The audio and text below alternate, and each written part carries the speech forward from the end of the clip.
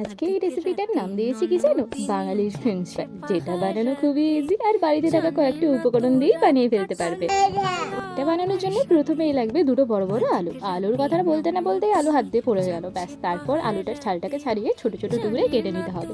তারপর ওই আলুটাকে সেদ্ধ করার জন্য বসিয়ে দিতে হবে। সেদ্ধ হয়ে গেলে আলুটাকে তুলে ভালোভাবে মাখিয়ে নিতে হবে।